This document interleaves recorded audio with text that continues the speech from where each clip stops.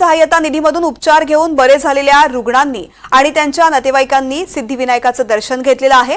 विधानसभा निवडणुकीचे निकाल जाहीर झाल्यानंतर मुख्यमंत्रीपदी एकनाथ शिंदेच विराजमान व्हावेत यासाठी त्यांनी साकडं घातलंय। याचा आढावा घेतलाय आमच्या प्रतिनिधी जुई जाधव यांनी।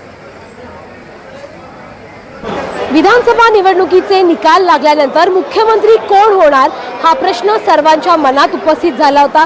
मात्र पुन्हा एकदा मुख्यमंत्रीपदी एकनाथ शिंदे विराजमान व्हावे यासाठी मुख्यमंत्री सहायता निधीमधून जे रुग्ण बरे झालेत ते व त्यांचे नातेवाईक आज सिद्धिविनायकाच्या चरणी आले होते दर्शनासाठी आणि पुन्हा एकदा एकनाथ शिंदे हेच मुख्यमंत्री व्हावेत ही प्रार्थना करण्यासाठी हे सगळेजण आले होते। आपल्यासोबत इथे काही रुग्ण व त्यांचे नातेवाईक आहेत, आपण त्यांच्यासोबत संवाद साध्या। ताई, काय सांगाल, आज सिद्धिविनायकाच्या चरणी आला आहात, काय नेमकं मागणं मागितलं? आज आपले लाडके मुख्यमंत्री आणि संवेदनशील श्री एकनाथजी शिंदे साहेब यांच्यासाठी जितकं बोलावं तितकं कमीच असणार आहे। कारण जेव्हापासून ते मुख्यमंत्री पदावर आले तेव्हापासून करोडो शेकडो रुग्णांना त्यांची खूप मदत झाली आहे।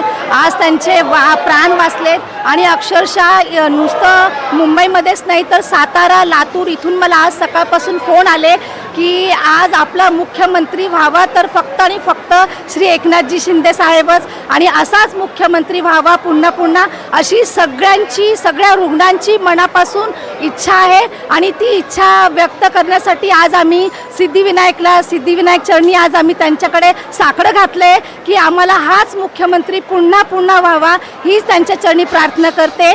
जय महाराष्ट्र। तुम्ही कुठून आला आहात आणि नेमकी कुठे आणि कशी मदत मिळाली तुम्हाला या सहायता निधीची? नमस्कार, मी बदलापूरहून आलो आहे। गेल्या 7 वर्षापूर्वी एक आरोग्याचं खूप मोठं संकट माझ्या परिवारावर आलं होतं आणि ते संकट दूर करण्यासाठी मला कुठलंच दार तेव्हा दिसत नव्हतं। त्यावेळी मी एकनाथ शिंदे साहेबाकडे गेलो आणि त्यांनी माझं हे संकट दूर केलं। तेव्हापासून आजपर्यंत 7 वर्ष झालं मी पूर्णपणे आरोग्य सेवेला वाहून घेतलं आहे आणि एकनाथ शिंदे साहेबासाठीच काम करतो आहे। आणि यापुढे सुद्धा राज्यातील जे गोरगरीब रुग्ण असतील त्या रुग्णांचे प्राण वाचण्यासाठी पुन्हा एकदा मुख्यमंत्री साहेब या मुख्यमंत्री पदावरती विराजमान व्हावे म्हणून आज सिद्धिविनायकाला साकडं घालण्यासाठी मी या ठिकाणी आलेलो आहे। अजूनही काही इथे आपल्यासोबत आहेत जण, आपण त्याच्यावर संवाद साध्या। कुठून आला आहात, नेमकं काय साकडं घातलं आणि तुम्हाला कधी आणि कशी सहायता निधीची मदत मिळाली? ज्ञानेश्वर रुपाळे, मी ठाण्याहून आलेलो आहे, साहेबांच्या मतदारसंघातला आहे। माझी मुलगी 18 वर्षाची ब्रेन अटॅक आला होता रोडवरती रिक्षामध्ये। आम्ही तिला ब्रेन अटॅक आल्यानंतर ॲडमिट केली। आम्ही तिच्यासाठी भरपूर खर्च केला, पण त्यावेळेला आम्हाला काय समजत नव्हतं काय करावं। तर शिंदे साहेबांतर्फे आम्हाला तात्काळ मदत मिळाली आणि आमच्या पोरीला आम्ही वाचवू नाही शकलो, पण आज त्या मुलीच्या बदले आम्ही हजारो मुलांना जीवनदान देण्यासाठी मी वैद्यकीय सेवेमध्ये मदत करत आहे। मी साहेबांना पुन्हा एकदा मुख्यमंत्री व्हावे म्हणून माझ्या परिवारातर्फे विनंती करतो की साहेबांसारखं आरोग्यदूत कोणी नाही आणि यापुढेही होणार नाही। त्यामुळे साहेबांना पुन्हा एकदा मुख्यमंत्री करावे हे आमच्या परिवारातर्फे सर्वांतर्फे सिद्धिविनायक चरणी प्रार्थना करतो।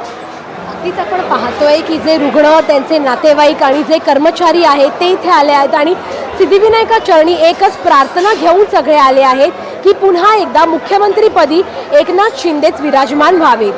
व्हिडिओ जर्नलिस्ट कल्पेशसह जुई जाधव, NDTV मराठी, मुंबई।